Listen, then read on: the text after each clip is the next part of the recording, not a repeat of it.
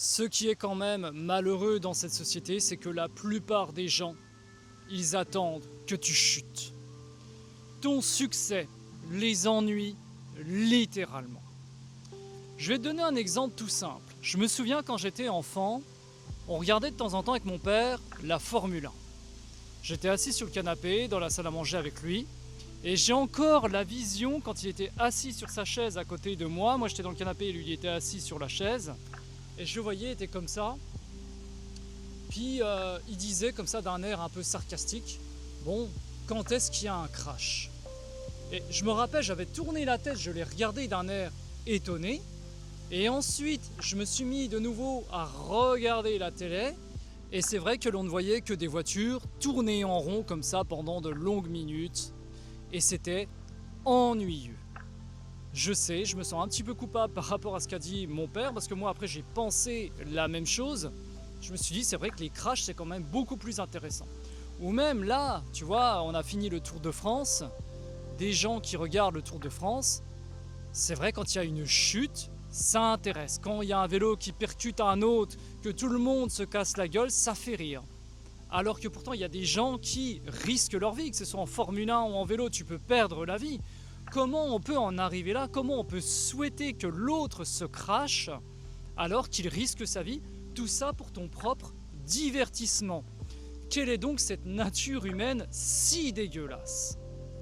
Eh bien, le problème, c'est que nous avons des vies tellement ennuyeuses, chiantes à mourir, qui manquent d'adrénaline, que finalement, on a une espèce de jouissance quand on voit l'autre qui se crache. Ça aussi, c'est comme lorsque tu vois une amie ou un ami à toi qui est en couple, qui est posé, qui est marié avec des enfants.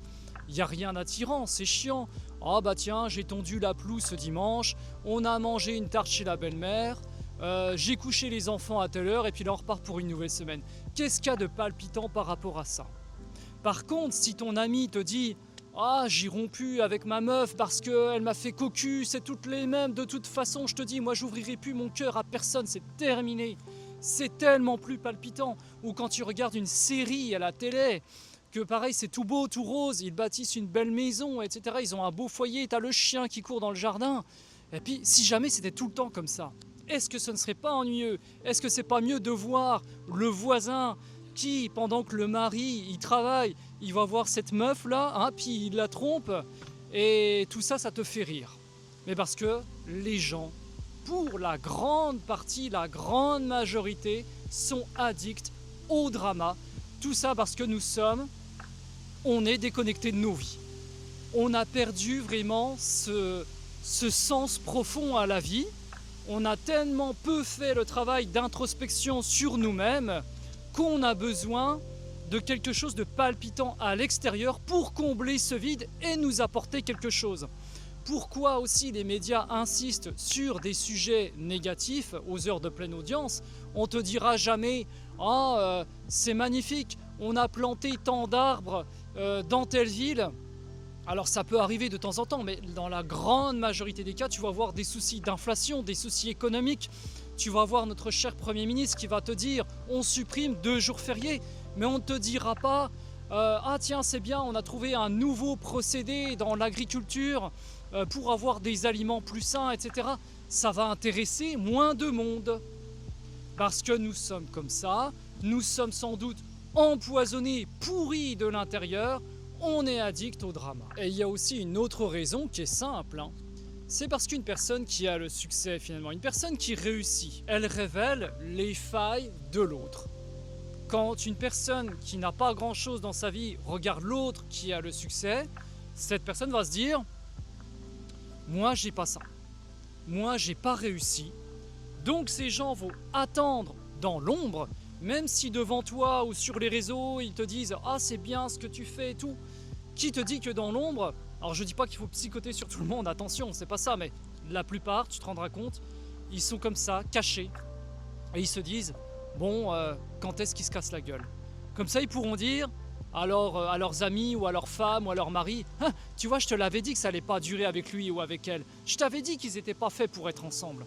Ça va apporter du piment dans leur quotidien, dans leur conversation à table, parce qu'ils se font tellement chier en couple tous les deux qu'ils n'ont rien à raconter de leur vie, qu'ils attendent que le voisin se casse la gueule pour avoir une conversation à table. C'est si débile et futile que ça, dans la majorité des foyers des gens.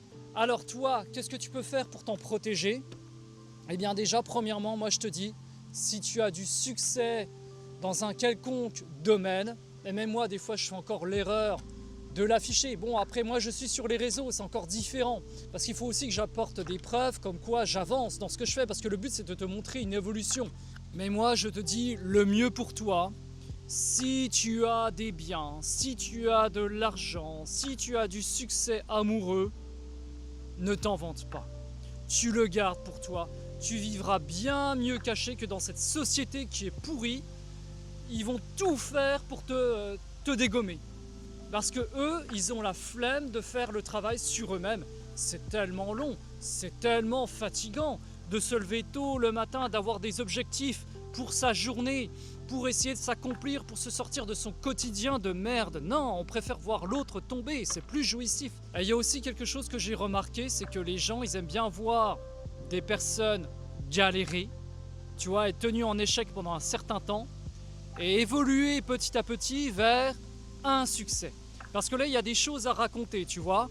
Il y a vraiment à dire, bah ouais, cette personne, elle vient de loin, elle s'est accomplie à travers différents processus pour atteindre finalement le succès. Alors qu'une personne qui montre tout de suite qu'elle a tout, qu'elle a l'argent, la notoriété, etc., c'est pas palpitant. Bon, en tout cas, moi maintenant, quand je regarde des vidéos YouTube ou des émissions à la télé de gens qui réussissent, eh bien, je m'en inspire. Je me dis, ok, cette personne-là, elle a atteint, alors je ne sais pas si c'est un idéal pour elle, mais en tout cas pour moi, c'en est un. Ça me donne vraiment la volonté de continuer à travailler, à faire ce que je fais, à faire mes vidéos, à apprendre des notions supplémentaires comme le copywriting, comme prendre la parole, voilà, face caméra, avec des gens autour de moi, à être de plus en plus à l'aise, parce que je suis certain que ça va m'apporter quelque chose, parce que ça apporte aussi quelque chose à ma chaîne YouTube. Ce sera de plus en plus gratifiant pour moi, et peut-être que pour toi ça t'apportera quelque chose. En tout cas, je le souhaite. Moi, je ne suis pas là à observer ta chute tranquillement. Au contraire, je souhaite avoir un impact positif sur ta vie, et moi je te souhaite vraiment le succès. Et j'espère que de ton côté, si jamais tu es une personne, moi je sais que je l'ai été un petit peu comme ça avant, qui attend que l'autre se casse la gueule pour se sentir vivant, tâche de changer au plus vite, parce que elle n'est pas là la réussite, il n'est pas là l'épanouissement. Tu vas te détruire petit à petit, tu vas devenir comme un fruit pourri qu'on abandonne sur une table et qu'on ne goûte pas parce qu'il a perdu toute sa saveur, tout ce sucre, il donne pas envie, il donne pas du tout envie, tu risques même de te retrouver tout seul face à ça. Et après, la personne qui observera sa chute, ce sera toi-même.